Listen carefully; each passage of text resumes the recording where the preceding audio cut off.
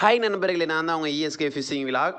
இப்போ பார்த்தீங்கன்னா, இந்த வீடியோ நேத்து நான் போஸ்ட் போட்டிருந்தேன். இந்த வீடியோ என்ன ப்ராப்ளம்னு தெரியல. இந்த வீடியோல என்ன இது பண்ணேன்னு எனக்கு தெரியல. ஆனா பார்த்தீங்கன்னா, என்னோட வீடியோ பார்த்தீங்கன்னா, காப்பி டூ ரைட் கிளைம் ஆயிருச்சு. இந்த வீடியோ பார்த்தீங்கன்னா 1 1/2 ஜிபி ஆனுச்சு. அது பார்த்தீங்கன்னா, அப்புறம் சரின்னு சொல்லிட்டு நானும் பார்த்தீங்கன்னா, சரி அந்த வீடியோவ டெலீட் பண்ணிட்டு திருப்பி வாய்ஸ் குடுத்து போடலாம் அப்படின்னு சொல்லிட்டு வாய்ஸ் குடுத்தேன் நண்பர்களே. இந்த வீடியோ புடிச்சிருந்தா லைக் பண்ணுங்க. இந்த பெரிய மீன் கட்லா எத்தனை கிலோ வரும் சைஸ்ன்னு வந்துட்டு கமெண்ட்ல சொல்லுங்க நண்பர்களே. ஆனா அந்த மீன் எடுக்கிறது பார்த்தீங்கன்னா 5 நிமிஷம் ஆனுச்சு.